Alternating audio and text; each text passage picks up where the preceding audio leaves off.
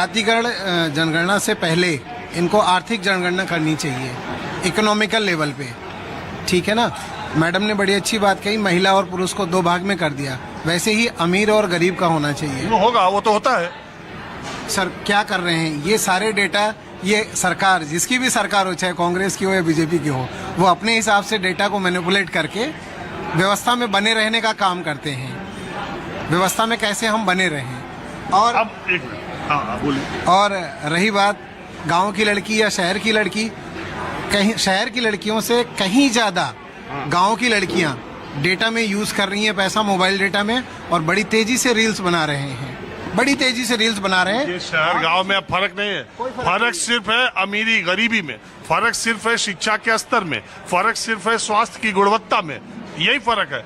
और ये रील, आप क्या बात करते हैं, यहाँ कनाट प्लेस में एक जगह है, आप चलिए मेरे साथ, वहाँ लड़के लड़कियां रील बना रहे हैं। और आप चलिए गांव के किसी भी पार्क में, किसी भी नदी और तालाब के किनारे, वहां भी लड़कियां लड़के उतनी ही स्पीड में। क्यों? सुनिए, मैंने कई जगह बच्चों से बात की, उनको ये लगता है कि ये रील बनाते बनाते बनाते बनाते सोशल मीडिया पे बहुत सारे लोग कवि के तौर पर, विचारक के तौर पर, मोटिवेशनल स्पीकर के तौर पर, डांसर के तौर पर, गायक के तौर पर इन्हीं रीलों से लोकप्रिय हो गए और उनके पास पैसा आने लगा।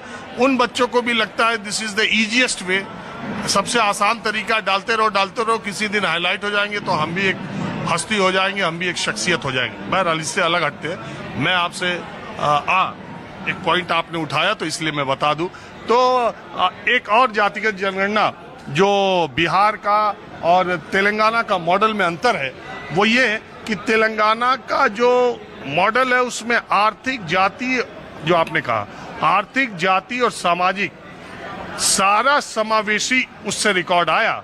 और उसी से ये पता चला कि तेलंगाना के कॉरपोरेट सेक्टर में कोई भी सीईओ, कोई भी कंपनी का मालिक, कोई भी सीनियर मैनेजमेंट में प्राइवेट सेक्टर में एससी समुदाय का व्यक्ति नहीं। और इस तरह के सवाल वहां पूछे गए थे।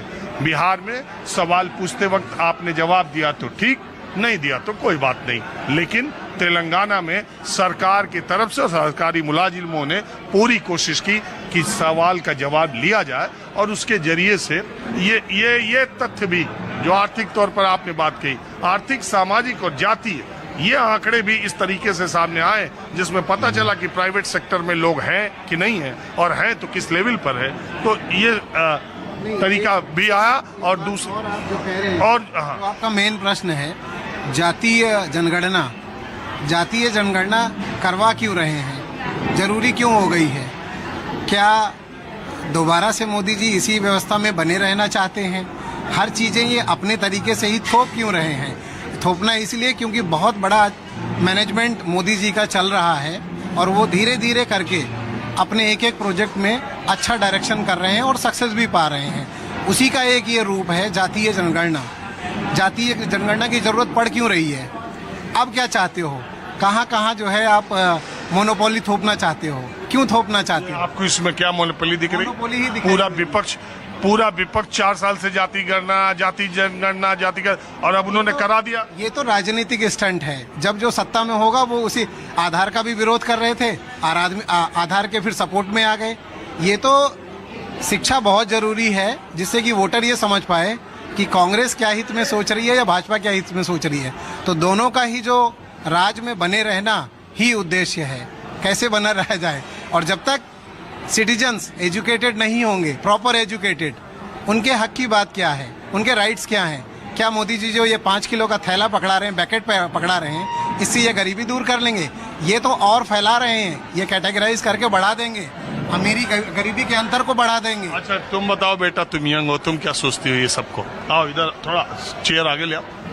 मेरे हिसाब से सबके साथ इक्वल बिहेव होना चाहिए कि अगर कोई गरीब भी है तो उसके साथ भी इक्वल बिहेव होना चाहिए, कोई अमीर भी है, क्योंकि जो भी उनके डिफरेंसेस हैं वो इंडिविजुअल है, उनमें कंपटीशन नहीं होना चाहिए। मतलब सबको एक दूसरे को सपोर्ट करना चाहिए। आप क्या करती हो? मैं टीचर हूँ। टीचर? हाँ जी। अरे अभी तो तुम स्टूडेंट लग रही हो। तो में टीचर है ये स्कूल। अच्छा, आपके स्कूल में बच्चों में गरीबों के बच्चे ज्यादा हैं कि अमीरों के? Normal middle class and upper middle class ही है। उसमें गरीब, बहुत गरीबों के भी हैं? नहीं। बहुत गरीब आपके स्कूल में अफोर्ड कर पाएंगे? नहीं। तो अगर आपके स्कूल में रिजर्वेशन गरीबों के लिए, बहुत गरीबों के लिए हो जाए तो उन बच्चों के लिए अच्छा नहीं होगा? ऑब्वियसली अच्छा होगा। यही तो कोशिश की जा रही है। नहीं, ये कोशिश आप बहुत लंबा बोले। हाँ।